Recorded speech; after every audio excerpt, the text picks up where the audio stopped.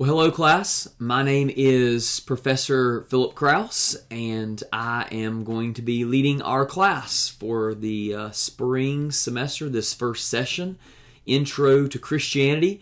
This is an introduction video and also a syllabus overview, and this is going to be one video I'm going to be recording for both the in-person and the online versions. And so you'll see even here on the syllabus BT 100. The 50 is for those of you who are going to be taking it in class. The 60, if you look in your My Carolina portal, you're going to see yours will be 60. The only difference is you're going to be taking it online, and we'll go over some of those differences. But let me introduce myself real quick. I am 42 years old, live right outside of Winston-Salem in King, North Carolina. Been married for almost 20 years, and coming up this year, I've got 4 kids ranging from 17 down to 10. Been teaching at Carolina U since the fall of 2020. This is a course I've taught every single semester, including the summer, for about the last 3 years. It's a course I really enjoy teaching. For many of you, you are not taking like a biblical studies sort of degree, and so this is actually a course where I get to meet you, get to know some of you pretty well throughout this course, and then as you go throughout, you'll be taking different courses and different teachers. But I'm excited about having this course with y'all. I enjoy reading and writing. I love to trail run, watching the kids play sports, board games, a bunch of stuff like that. So, but really enjoy teaching too. So let's jump into the course and kind of the overview, be going over the assignments and how you can access everything. Here are the ways that you can contact me. I don't have an office because I'm just a lowly adjunct, but I can meet you on campus if need be. I can do a Google Meet, which is super easy. I can stay after class. Our course, for those of you who are taking it in person, will be on Tuesdays from 12 to 1:15. Technically from 12 to about 1 is how long our class will be lasting. If you we're going to be meeting in Deeds 105, pretty good sized classroom. If you have any questions, the easiest way to contact me is by my email. I typically go and check my email, 15, 20 times a day. So I should be responding to you in less than, a day's time. And then if you have an emergency or just need to talk about something personal, you can text me or call me. The course.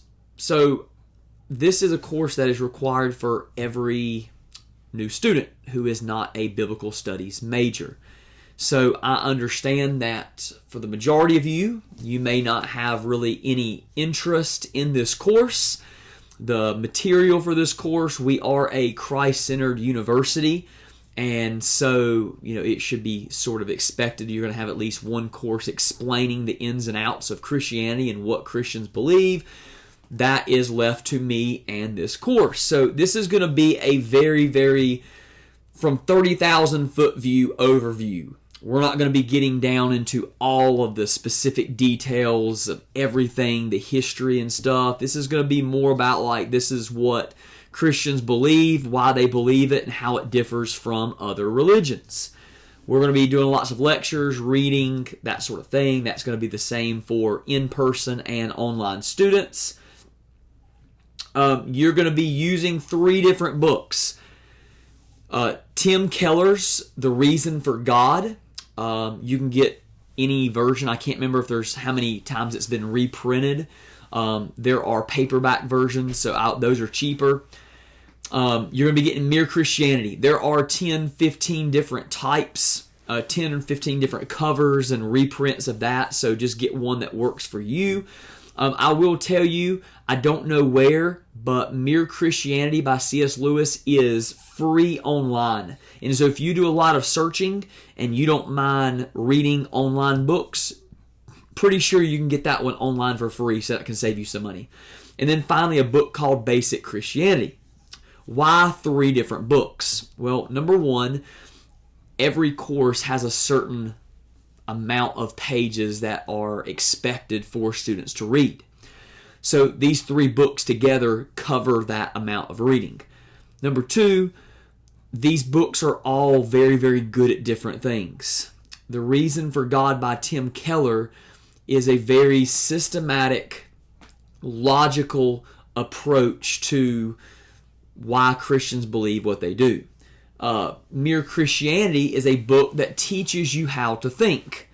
And so it is very, very helpful in a lot of the discussions we're going to have. And then Basic Christianity is a smaller book, but it's very simple, straight to the point about the main beliefs of Christians. And so you're going to be reading all 3 of these books. Now let's talk about your assignments. These are going to be the same for all students. So whether you're in the 50 or the 60 course section, online or in person, these are going to be the same. Number 1, you've got reading quizzes. Every week, starting week 2, by week 2, you should have your books. If you don't have your books, then you need to get on top of it, because by week 2, you're going to be starting to be tested on your reading. You're going to have 3 to 4 questions. One question is going to be the same every week, and it's half your quiz grade. It's 50 points. Did you complete all the reading? Be honest. If you didn't, but you need more time, reach out to me. Let me know, and I can cover it for you.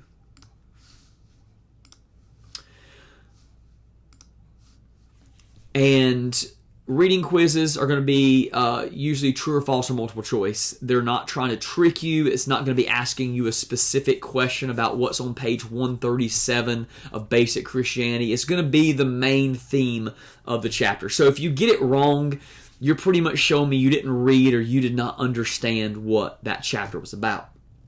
They open on Thursdays. Stay open till Sunday night at 11:30. They will close at 11:30. So if you try to take it 11:35, sorry, it's already closed. Number 2. Now, please put on your listening ears, because this is the assignment that drives students crazy for some reason. I don't know why, because it's very simple. Every single week 1 through 6. So the final week, you don't have anything except for your final exam. 1 through 6, you are going to write a 1-page, single-space paper on a main topic of the week. And I'm giving you the topic. So this is where students mess up. This is what you're going to write on. Right here, in your syllabus, under interaction paper. So each week, you're going to come back to your syllabus. On your interaction paper, you're going to interact. Okay, that means you're not just going to summarize the chapter. You are going to interact with the chapter. You're going to interact with the main ideas. You're going to agree with them and explain why you agree. You're going to further reflect. You are going to disagree with something in the chapter or chapters. You can choose one idea from the chapter. You can choose 5 different ideas, whatever it takes for you to kind of get to that 1 page. But again, I'm telling you what to write on. So if you write on something else, I'm going to give you a 0. And then you're going to write me back and say, hey, why did I get a 0? And I'm going to say, because you wrote on the wrong thing. Look in your syllabus. Now, I understand that in week 1, you may not have your books. So I've made it easy.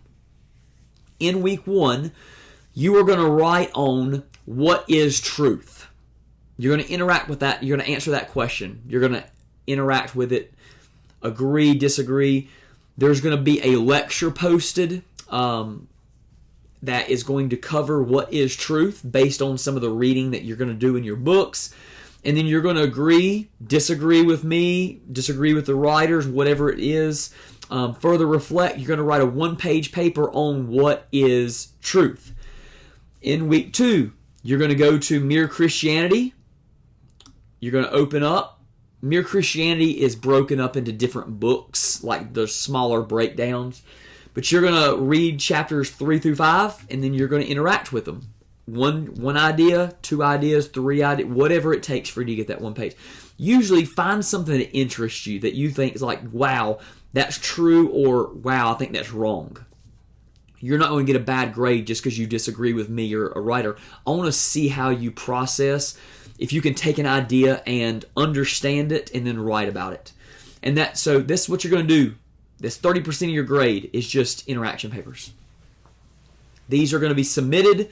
As you can see, like here, right here, you're going to open this right here, click on it, upload your paper, and go from there. These are due Sunday nights at 11:30. Everything's due on Sunday nights. Number 3, interview and paper. All right. This is going to be an assignment that kind of takes the place of a normal research paper you'd be doing for classes. It's a 3 to 4 page single-spaced paper. And in this interview, you're going to take 4 questions that I give you, and then you're going to come up with 4 additional questions for a total of 8 questions that you are going to ask someone that you know, or maybe it's a total stranger, that is a different religion or a different worldview than you. So if you are a Christian, you cannot interview another Christian. You will fail. If you are a Muslim, you cannot interview another Muslim. You will fail. It has to be someone of a different religion, because the questions you're asking are going to be allowing you to better understand what someone else believes, and also how your own beliefs differ. So you are going to sit down with someone, you're going to call them, you're going to Google Meet them, whatever it takes. You're going to ask them these 8 questions. And in your resources, it's not there now, but it will be by the time the class starts. There's going to be a sheet that you're going to use. 4 of the questions are already going to be on there. You're going to add 4 questions as you figure out what your person believes and what would be good questions. Don't ask yes or no questions, because they're going to answer yes or no. But these questions are supposed to kind of get at the heart of what they believe and why they practice their religion the way they do.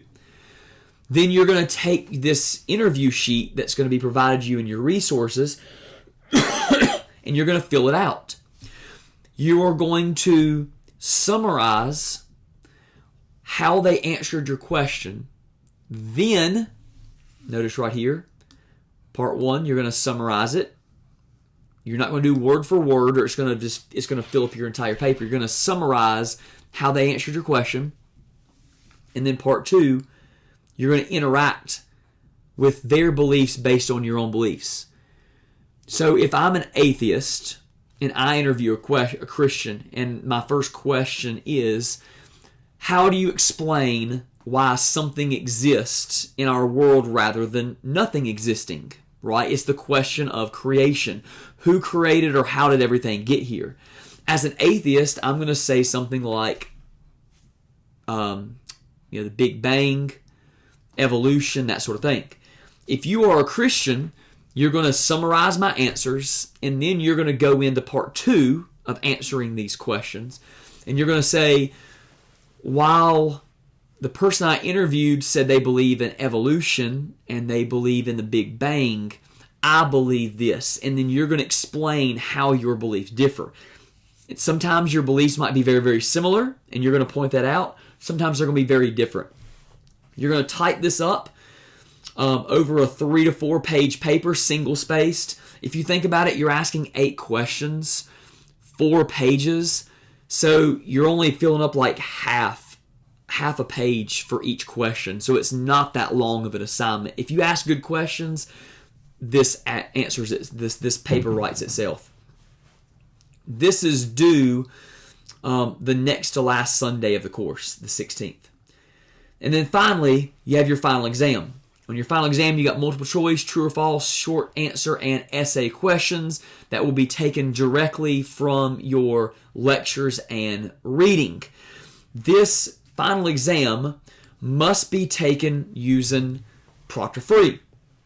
Proctor Free is a software that helps us to know if someone is trying to cheat, someone's trying to use AI, that sort of thing. So if you do it, Proctor Free records you taking your final exam. So we see your screen, we know if you're cheating, we know if you look off screen, we know if you're reading the answers, we know all that. So you have to use Proctor Free. Because of that, there is a Proctor Free practice test that you must take in week 5 or before week 5. It's open now, to make sure that your computer or the computer you're going to use to take the test is compatible. Because if it's not, then you got to find another computer, go to the library, that sort of thing. And you'll hear more about that later. Final exam gives you 90 minutes for about 40 questions. Most of the questions, you're going to see them. If you've studied and you've watched the lectures, you're going to know immediately. Yeah. All right, let's talk about the course schedule. What we're going to be talking about reading. Here is your reading key. So if you see these initials, it's what book you're supposed to be reading. The big overview of the course for both the in-person and online students. You're going to be watching the same lectures each week. Lectures will be uploaded to your resources. You will find them under bookmarks. You click on it, you watch the YouTube lecture, and that's it. Take notes. Be ready for your final exam. This right here is going to tell you what you need to be reading, not only for your reading quiz, but what you need to be reading so that you are prepared for the lectures. But for those of you who are in-person students, this is so that you can also be prepared for our course, our time together. When we meet together in person, I'm not going to be just word for word covering what I already did in the lecture. That would be a waste of your time and my time. We're going to be going deeper into what I've already covered in the lecture. So if you've not watched any lectures, then you're going to be hearing it first for the first time. This right here tells you the date that we're meeting in class and the main topics. For those of you who are online, okay? Those of you who are online, you have something different that you must do. And this is actually, this page right here you're looking at is actually your page. Those of you who are in person, you're going to have a 150. But right here, what's going to be different, if you are an online student, you must, after you watch the lectures, let me see where it explains this. Under course attendance and participation. After you watch the lectures, you must go in and you must, I'm trying to find this, I apologize. Let me find it here. It's different for online versus in person. All right, so what you're going to do is you're going to watch your lectures. Here it is, course schedule. For those of you who are online, for in-person students, you're showing up for attendance. Your in-person takes the place of this. But for those of you who are online, your attendance grade, your participation grade, what you get so you can pass the course too, is you must watch all the lectures for a week, and then you must go into discussions. This will open on Sundays for you. And you must post in the appropriate week 1 discussion forum. See, I've already posted one. This will open up again on Sundays of each week. You must post 4 key takeaways from the lectures you watch. Not four per lecture, but 4 total. So for example, maybe you post 1 main takeaway from what is truth, what is religion, is Christianity religion or relationship.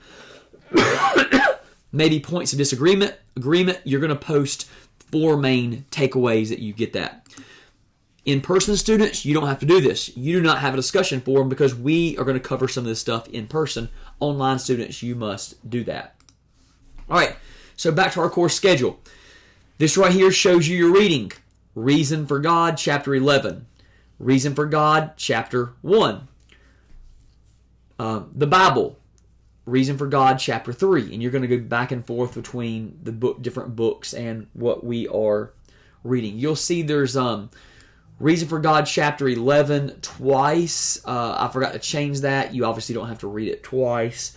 But this gives you a good picture of some of the topics we're going to be covering. Everything from morality, like how do you know what's right or wrong, who Jesus is and why he's so important, to Christians, what is the church, heaven and hell, virtues, forgiveness, those sorts of topics. We cover a lot of different things, a lot of different reading you're going to be doing. And let's see here. Here is the breakdown of how much everything is worth. So everything's kind of broken up pretty evenly, 25, 30, 20, 25%. You have some, in the syllabus, you also have instructions for reaching out to me. If you run into a problem, don't wait to the last second. Let me plead with you as students. You are college students now. If something is going on that's keeping you from doing work, let me know ahead of time. I'm a very gracious professor. I allow you to turn in things late at times, but if you take advantage of it, I'm going to start taking off a letter grade per assignment, because you should be mature enough to do stuff and turn it in whenever you're supposed to. And you're supposed to be able to communicate well with me. If things come up and you can't be in class or you can't turn in something, don't wait until the very end of the semester and be like, oh, sorry, I should have turned that in. It's a little too late then.